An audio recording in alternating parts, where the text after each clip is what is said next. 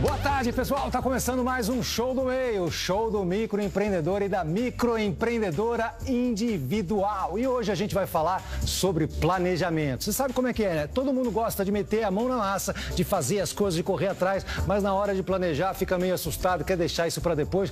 Isso não pode acontecer. Por isso, nosso tema de hoje é planilha, é planejar, é se organizar para que o futuro seja ainda melhor. A gente tem a honra de receber aqui o presidente do iFood, Carlos Moisés, que vai conversar com a gente, colocando toda a sua experiência na mesa, e vamos conhecer também o trabalho das MEIs Juliana, de Goiás, e Priscila, de São Paulo. Oi, eu sou a Juliana, eu sou de Goiânia, eu sou proprietária da loja Ou Feminina. Eu nasci aqui em Goiânia e com 3 irmãs e uma mãe super vaidosa. Uma de nós 3 não tinha jeito, tinha que entrar no ramo. Até para facilitar para a gente comprar mais barato e tal. O suco prensado tem 6 vezes mais nutrientes do que um liquidificador, por exemplo. O nosso maior propósito é levar saúde através dos nossos sucos. Eu sou a Priscila Silva Valera, tenho 32 anos, moro em São Bernardo do Campo. Sou proprietária do Frunático, suco prensado a frio, de frutas, verduras e legumes.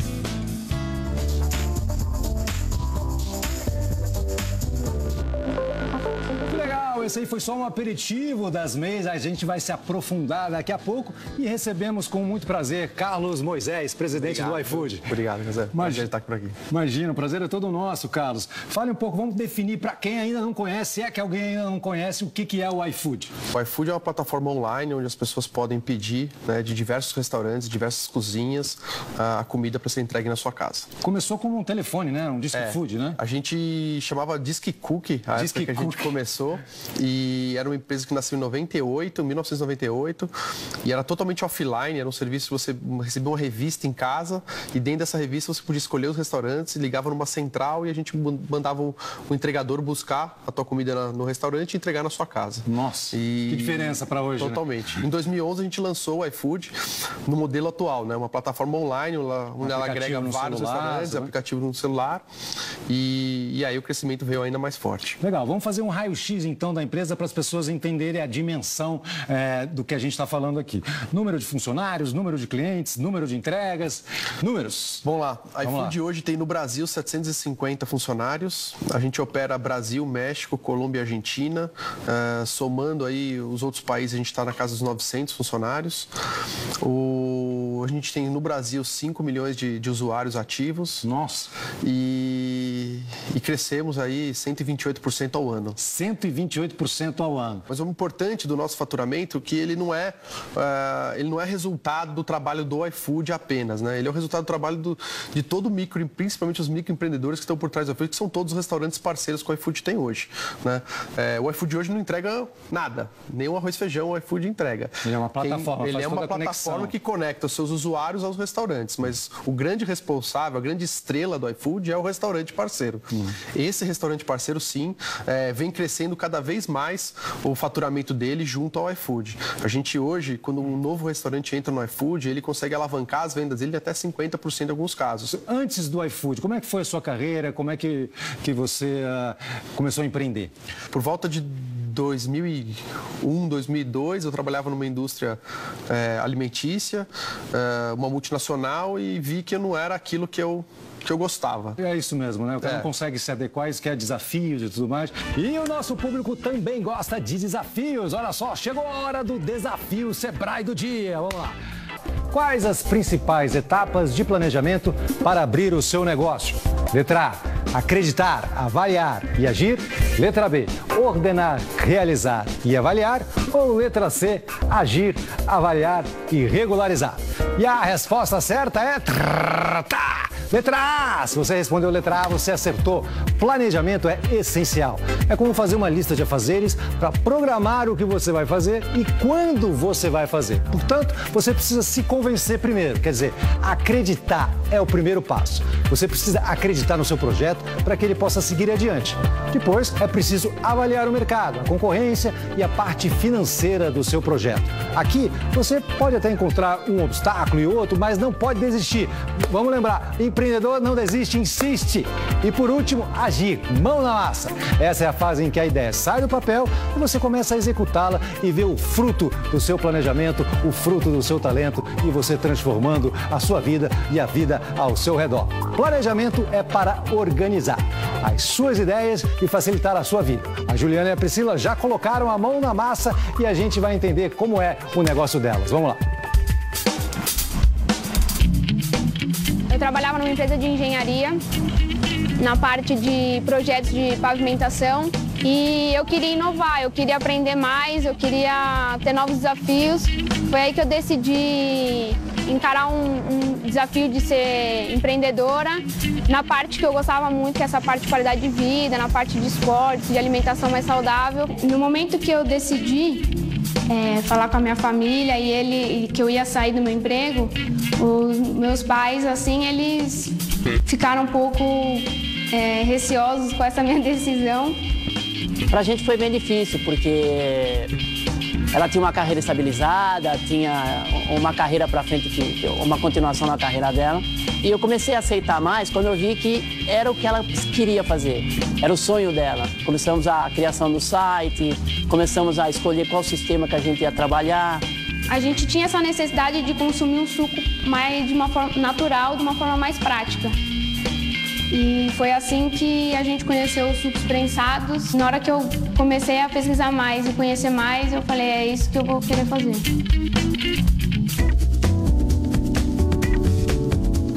Eu sou estudante de enfermagem, estava trabalhando na época como cuidadora numa casa de idosos. E aí engravidei do Gabriel e o trabalho de cuidadora era muito pesado. E aí a gente decidiu procurar outras alternativas para manter uma renda e que não fosse tão pesado assim fisicamente, né? E aí na gravidez do Gabriel a gente começou a empreender, começamos a comprar roupa e vender para as amigas. E aí foi uma indicando a outra, de repente a gente estava com uma carteira de cliente ali de umas 100 clientes. Eu pensei, já está na hora de crescer um pouquinho mais, né? De não ficar dependendo de coleção dos outros. Aí a gente começou a produzir as nossas roupas, o nosso estilo, do jeito que a gente gostava. Eu fico mais no atendimento, tanto no atendimento online quanto no atendimento aqui da loja. Eu fico mais na estratégia mesmo dos anúncios, né? Como atingir o público na internet. Agora nós estamos começando com e-commerce, né? E aí que é um outro passo que a gente está dando para automatizar as vendas pela internet, para facilitar, né, o atendimento dela também. Aí ela fica mais focada no atendimento na loja. Para mim, o prazer de trabalhar com a minha família, com os meus filhos, é saber que eles estão bem cuidados. O Gabriel aprendeu a engatinhar dentro da loja. Então, assim, e o Rafael também vai começar a andar aqui, vai ter as primeiras palavras aqui. Eu não me vejo hoje trabalhando de outra forma. O filhote ali, atazanando ali, fazendo o que tem que fazer, criancice, né?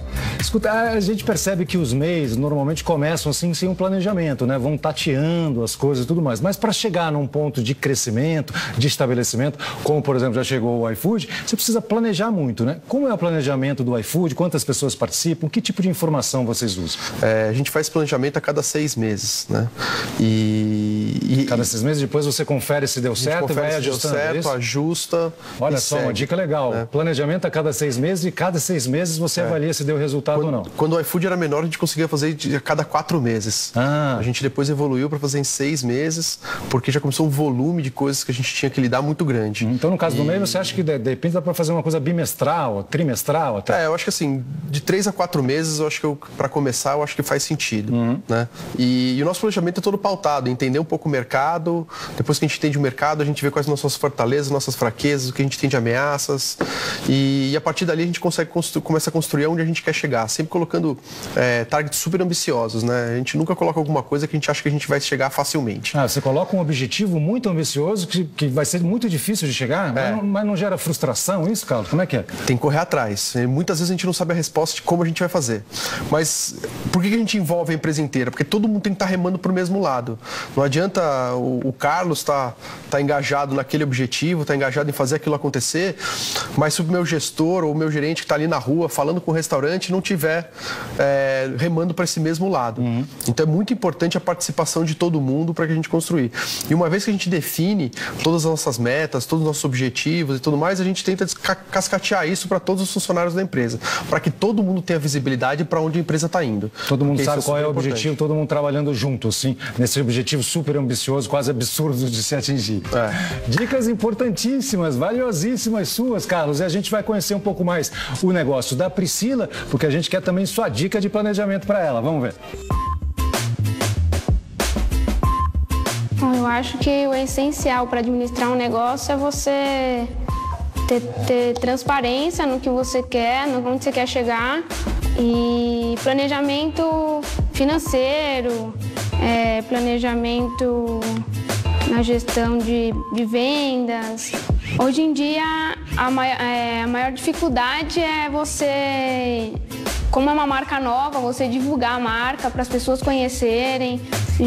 Nós temos os 4 sabores. É claro, com alguns gostos particulares nossos, né? Fizemos algumas pesquisas também de combinação, de nutrientes. A produção do suco, meus familiares estão sempre me ajudando, a gente organiza, às vezes de final de semana. Pô, filha, será que é esse caminho mesmo? Mesmo depois que a gente começou a fazer, será que é esse caminho mesmo?